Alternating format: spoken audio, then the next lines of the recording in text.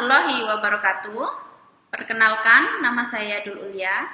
Saya adalah dosen Prodi Kebidanan Program Sarjana dan Profesi Bidan di Stikes Mataram. Baik, pada kesempatan ini saya akan menjelaskan salah satu mata kuliah yang saya ampu, yaitu mata kuliah Fisiologi Kehamilan, Persalinan, Nifas, dan Bayi Baru Lahir. Mata kuliah ini didapatkan di semester genap dengan bobot 4 SKS. 3 SKS teori dan 1 SKS praktek.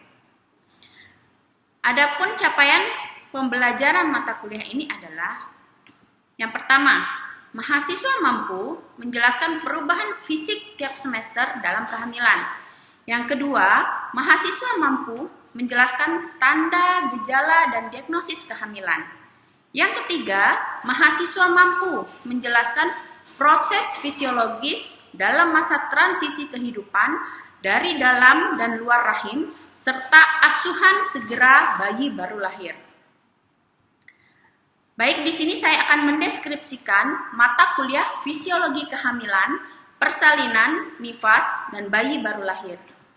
Mata kuliah ini merupakan bagian dari kelompok keilmuan dan seni dalam Kebidanan 2 yang membahas tentang adaptasi anatomi dan fisiologi dalam kehamilan, adaptasi anatomi dan fisiologi dalam kelahiran dan persalinan, mekanisme persalinan, fisiologi nifas, serta adaptasi dan fisiologi bayi baru lahir.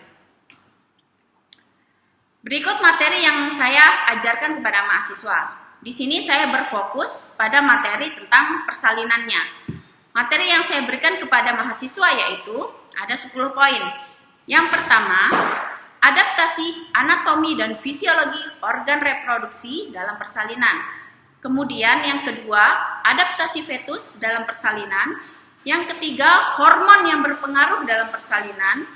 Yang keempat, kontraksi dalam persalinan. Yang kelima, fisiologi dan fungsi nyeri pada persalinan. Yang keenam, fetal position. Yang ketujuh, fetal school.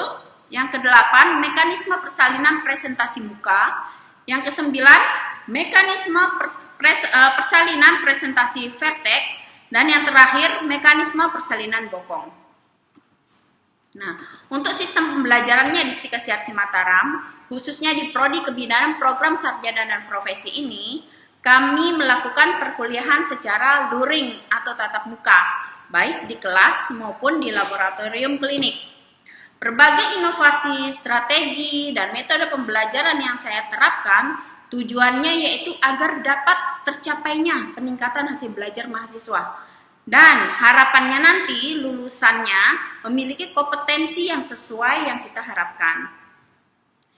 Kemudian di sini saya menggunakan metode pembelajaran yaitu metode ceramah, seminar dan diskusi kelompok, kemudian pembelajaran di laboratorium atau lab skill. Kemudian untuk mempermudah pencapaian materi, saya ini selalu menyiapkan bahan ajar berupa slide presentasi atau buku ajar yang sesuai dengan LPS. Nah, untuk pembelajaran di laboratorium, saya menyiapkan modul praktik sebagai penuntun belajar mahasiswa. Nah, kami di Prodi Program Sarjana dan Profesi Bidan ini, untuk sistem penilaiannya ada 6 kriteria. Yang pertama, presensi dengan bobot nilai 10%. Kemudian yang kedua, tugas dengan bobot 10%. Yang ketiga, diskusi dengan bobot 10%. Yang keempat, soft skill dengan bobot 20%. Yang kelima, UTS dengan bobot 25%, dan yang keenam UAS dengan bobot 25% juga. Kemudian kami di Prodi melakukan evaluasi nilai di setiap akhir semester yang sudah dijadwalkan di kalender akademik. Nah, jika ada nilai mahasiswa yang tidak sesuai dengan batas standar lulus, maka kami dari Prodi akan melakukan yang namanya remedial. Baik, berikut ini adalah video pembelajaran saya di kelas. Bismillahirrahmanirrahim. Assalamualaikum warahmatullahi wabarakatuh. Waalaikumsalam warahmatullahi wabarakatuh. Baik, pada pagi hari ini kita akan melanjutkan materi perkuliahan kita yang berfokus pada persalinan, ya. Pada pagi hari ini kita akan mempelajari tentang fisiologi persalinan. Nah, fisiologi persalinan ini sudah pertemuan kelima ya sekarang ya. Masuknya di bahan kajian adaptasi anatomi dan fisiologi organ reproduksi dalam persalinan. Nah, bahan kajian ini ada 3 poin sebenarnya ya. Ada fisiologi persalinan, adaptasi anatomi dalam persalinan, adaptasi fisiologi dalam persalinan. Tetapi pada pagi hari ini kita akan membahas tentang fisiologi persalinannya. Ya. Kemudian di sini tujuan atau sasaran pembelajaran kita pada pagi hari ini adalah, nah, pada akhir pembelajaran ini mahasiswa diharapkan mampu memahami pengertian persalinan, kemudian memahami sebab-sebab mulainya persalinan, kemudian yang ketiga memahami tentang tahapan persalinan. Nah, kemudian di sini kita ada penilaian ya di prodi S1 Bidan. Penilaiannya di semua mata kuliah seperti ini ya, semuanya sama. Yang pertama ada presensi atau daftar hadir kalian setiap mengikuti perkuliahan, itu bobotnya 10%. Kemudian ada tugas dengan bobot 10%. Kemudian ada diskusi dengan bobot 10% juga. Kemudian ada soft skill dengan bobot 20%. Ini soft skillnya lumayan besar ya, karena ini terkait dengan apa soft skill? Ya, dengan perilaku kalian, dengan etika kalian ya. Makanya soft skill ini diberikan nilai 20%. Karena percuma kalau kita pintar tapi soft skillnya jongkok. Ya. Kemudian ada nilai UTS dengan bobot 25% dan nilai UAS 25%. Ya, jadi kalian bisa ngira-ngira ya nanti nilai UTS saya berapa, nilai UAS saya berapa, kemudian nilai-nilai yang lain kira-kira berapa, itu bisa kalian ini hitung-hitung nanti di akhir pembelajaran. Ya, jadinya kalian ada bayangan nilai saya yang harus saya dapatkan sekian, gitu ya. Oke. Nah, kemudian kita masuk ke persalinan. Mungkin dari kalian ada yang tahu persalinan itu apa sih? Ada yang tahu? Ya, ada. Ya. Persalinan adalah suatu proses di mana seorang wanita melahirkan bayi yang diawali dengan kontraksi uterus yang teratur dan memuncak pada saat pengeluaran bayi sampai dengan pengeluaran plasenta, dan selanjutnya di mana proses persalinan ini akan berlangsung selama 12 tahun. Ya, mungkin ada yang lain? Ada yang tahu? Ya. Persalinan merupakan suatu proses alamiah di mana terjadi pembukaan serviks dan lahirnya bayi plasenta dari laki-laki. Oke. Jadi persalinan di sini ya, benar sekali yang dikatakan teman-temannya tadi ya. Jadi ini saya ambil dari buku Miles tahun 1996 ya, yang mengatakan bahwa persalinan adalah suatu proses di mana seorang wanita melahirkan bayi yang diawali dengan kontraksi uterus, ya, diawali dengan hisnya, ya, sakit perutnya, ya, yang teratur dan memuncak pada saat pengeluaran bayi sampai dengan pengeluaran plasenta dan selanjutnya, di mana proses persalinan ini akan berlangsung selama 12 sampai 14 jam. Tapi ini tergantung ke pasiennya masing-masing lagi ya. Tapi ini rata-ratanya 12 sampai 14 jam. Yang menurut Miles tahun 1996. Ini yang buku aslinya ya, yang Milesnya ya. Kemudian apa sih yang dikatakan persalinan normal? Ya, kalau persalinan dan kelahiran normal, ini saya ambil dari buku Prawiro Harjo ya. Proses pengeluaran janin yang terjadi pada kehamilan yang cukup bulan. Ya, berarti dia sudah aterem, yang dikatakan persalinan normal. Ya, dengan rentang waktu usia kehamilannya 37 sampai 42 minggu. Kalau kurang dari 37 minggu, persalinan apa namanya? Kalau lebih dari 42 minggu, normal. Kalau lebih dari 42 minggu, apa namanya? Postmatur. Ya, lewat bulan. Kalau orang-orang bilangnya itu lewat bulan. Ya, kalau lebih dari 42 minggu lewat bulan atau postmatur. Kalau kurang dari 37 minggu, prenatal. Ya, ingat ya. Lahir spontan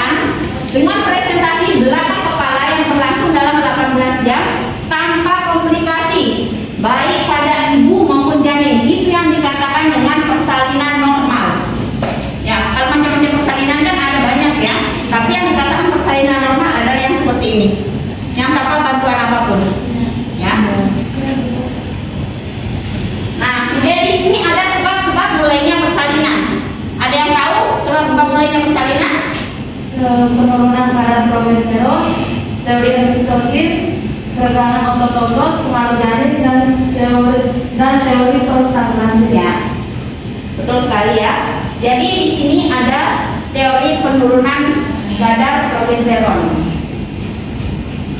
Nah, progesteron ini kan menimbulkan relaksasi otot-otot rahimnya. Nah, kalau estrogen itu adalah kebalikannya, ya. Tetapi kalau selama kehamilan, si estrogen dan progesteron ini selalu dia seimbang, ya. Si progesteron dan estrogen ini selalu seimbang. Tetapi suatu akhir kehamilan atau suatu 1 sampai 2 minggu sebelum persalinan, ini si progesteron ini menurun dia. Nah, penurunan si hormon progesteron ini itu yang menyebabkan kontraksi. Ya, di situ si hormon oksitosin itu ternyata meningkat di sana. Waktu si kadar hormon progesteron ini menurun. Gitu. Jadi, timbullah ada teori si oksitosin ini. Gitu. Nah, ini pada kehamilannya karena berturunnya hormon progesteron ini menyebabkan si hormon oksitosin ini akan bertambah. Itu yang menyebabkan his atau kontraksi. Sehingga dimasukkan di sebab-sebab mulainya persalinan. Gitu, ya. Kemudian yang ketiga ini teori keregangan otot rahim. Kenapa ini masuk di sebab-sebab mulainya persalinan? Karena seperti halnya kandung kencing atau lambung ya, kalau diisi terus menerus semakin regang kan ada kepengen untuk mengeluarkan janinnya. Ya seperti itulah jadinya janin semakin membesar jadinya teorinya itu mengatakan keregangan otot rahimnya itu semakin pengen ngeluarin si bayinya. Gitu. Makanya timbul teori ini. Sebenarnya sebab-sebab mulai persalinan itu sampai sekarang tuh belum diketahui secara pasti ya. Sama seperti preeklamsi. Penyebabnya itu belum tahu penyebab aslinya itu seperti apa. Tetapi ada beberapa teori yang mengemukakan ini loh sebab-sebab mulainya persalinan ya, karena dilakukan penelitian evidence base yang terbaru. Begitu ya. Kemudian ini yang terakhir teori prostaglandin. Nah, teori prostaglandin ini karena kadar prostaglandin ini di dalam kehamilan dari minggu ke-15 ini semakin naik sampai akhir kehamilan. Nah, inilah salah satu yang dijadikan sebagai sebab mulainya persalinan. Ya, bisa kalian baca di sini. Ini ada hasil penelitiannya juga. Kemudian kita masuk ke tahapan persalinan. Ada yang tahu tahapan persalinan ada berapa? Ya, ada 4 ya. Ya. Diingat ada 4 apa aja yang 4?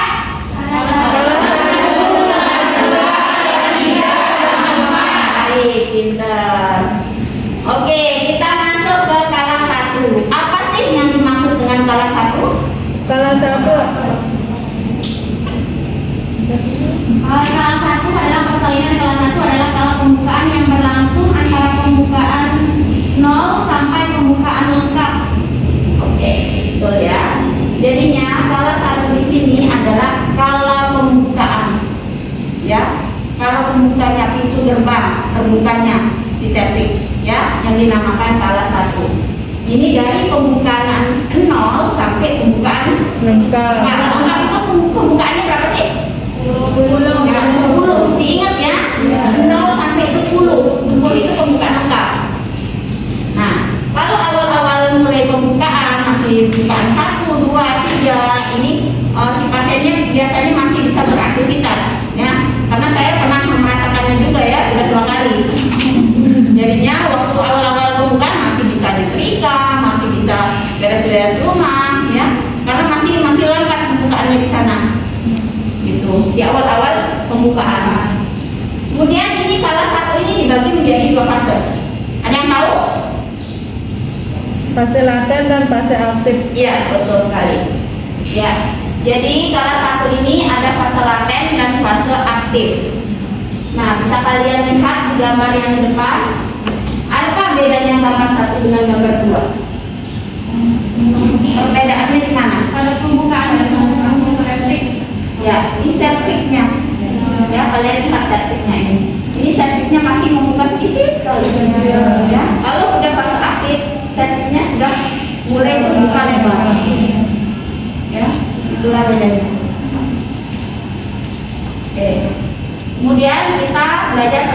latihannya dulu. Nah, fase latihan di sini ini dari pembukaan 0 sampai 3. Kalau fase aktif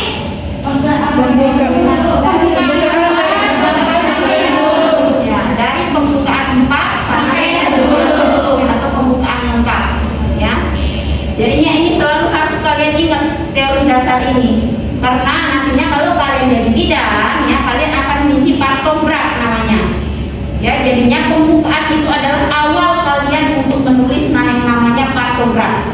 Jadinya teori ini harus melekat kalian fase laten atau fase aktif, karena di partograf itu yang ditulis pertama kali adalah fase aktifnya, yaitu dari pembukaan 4. Jadinya kalian harus pintar-pintar, harus tahu ini ibunya ini bukan berapa gitu ya.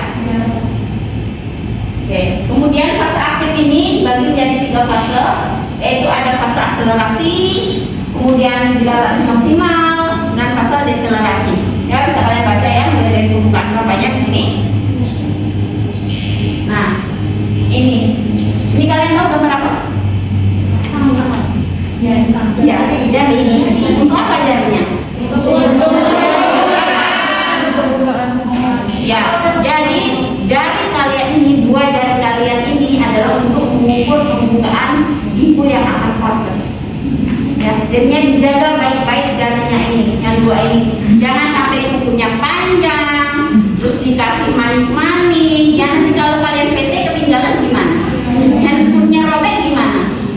Ya, jadinya ini kunci kalian melakukan PT besok. 2 jari kalian ini. Ingat ya. Jadinya di sini dari bukaan 0 sampai 10 itu bisa kalian peragakan, mungkin bisa ada ini biasanya ada dijual ya. Bentuknya kotak seperti ini.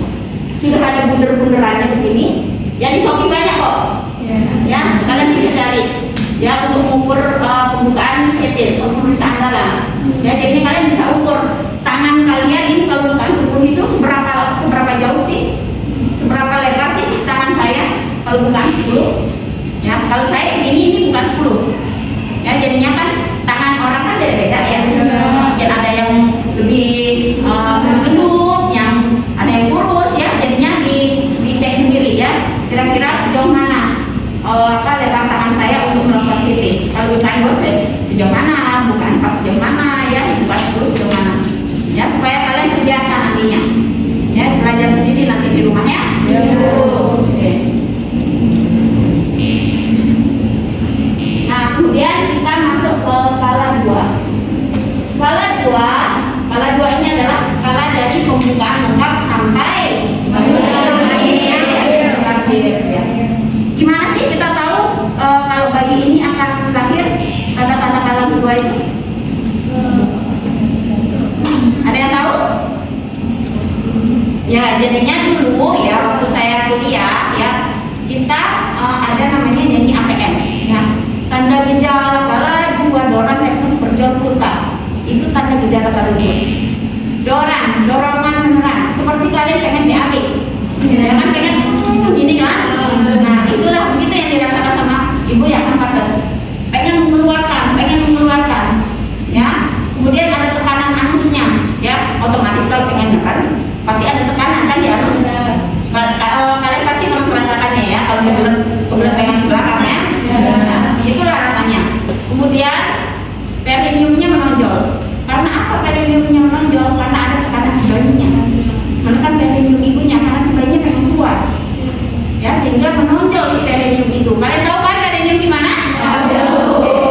Kemudian vulvanya membuka, pastinya ya. Karena akan terjadi pengeluaran bayi, jadi vulvanya sudah mulai membuka. Gitu. Jadinya di sana kan kalau udah vulva membuka, udah bisa lihat oh ini sudah mau keluar nih bayinya. Gitu. Biasanya rambutnya udah kelihatan. Kemudian kita ke skala 3. Nah, kalau skala 3 ini adalah skala pengeluaran plasenta. Ya, jadinya dari bayi lahir sampai lahirnya plasenta itu yang dinamakan skala 3. Ya. Dan tidak boleh lebih dari 30 menit. Kenapa? Kenapa tidak boleh lebih dari 30 menit?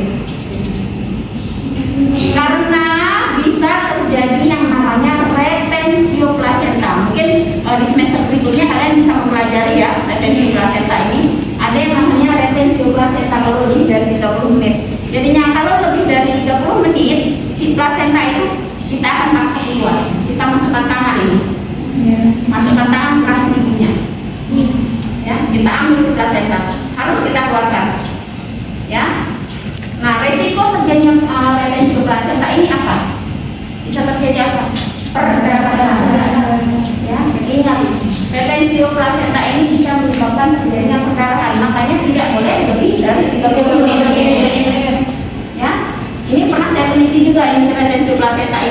di salah satu rumah sakit di sini di Mataram. Ternyata masih banyak terjadinya retensi plasenta.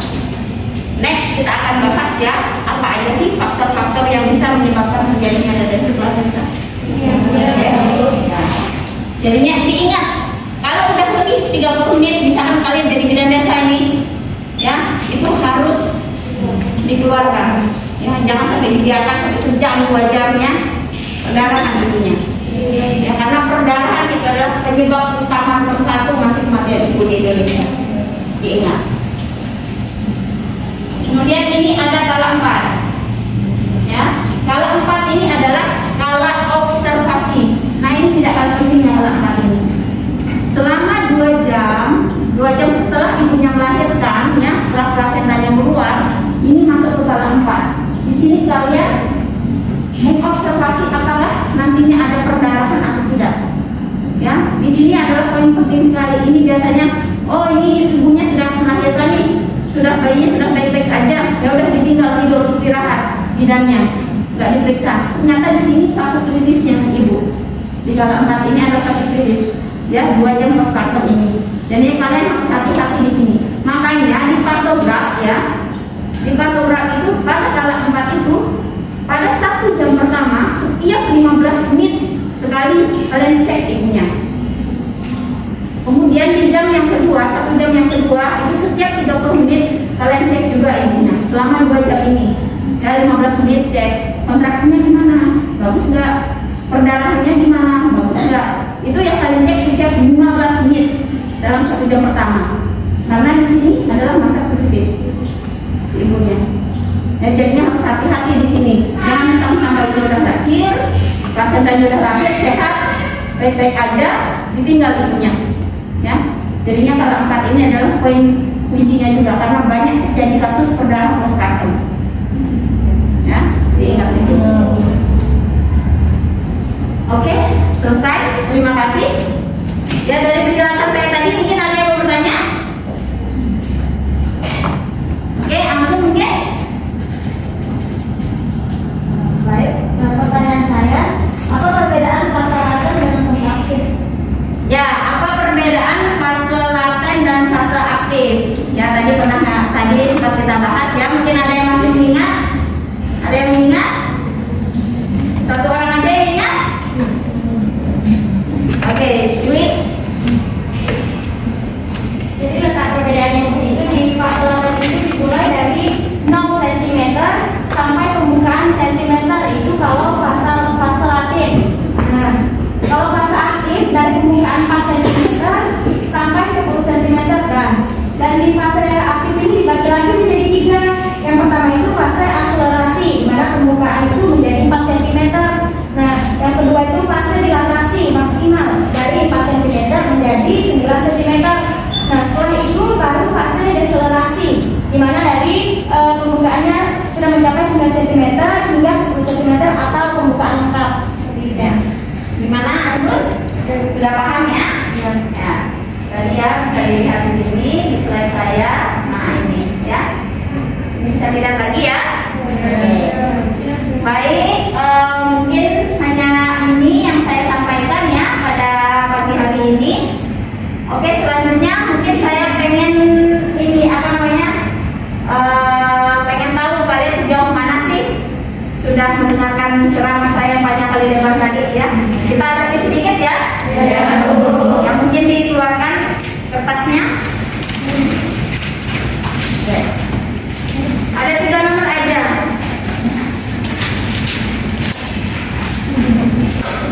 Singkat aja ya. Saya pengen nge-review sampai sejauh mana sih kalian ingat yang tadi yang saya jelaskan.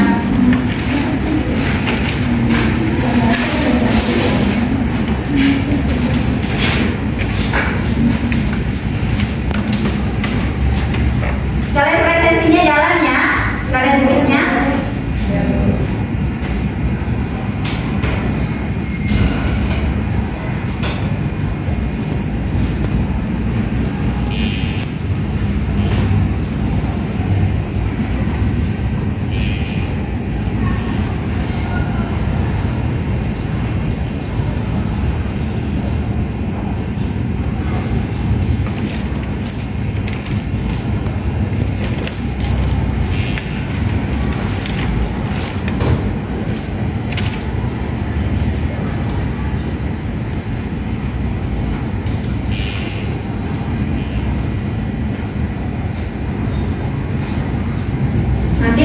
sudah selesai, langsung dikumpulkan di depan ya.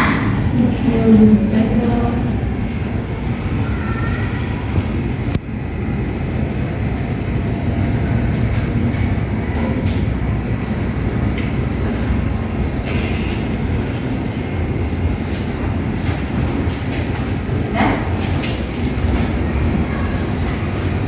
Yang lain?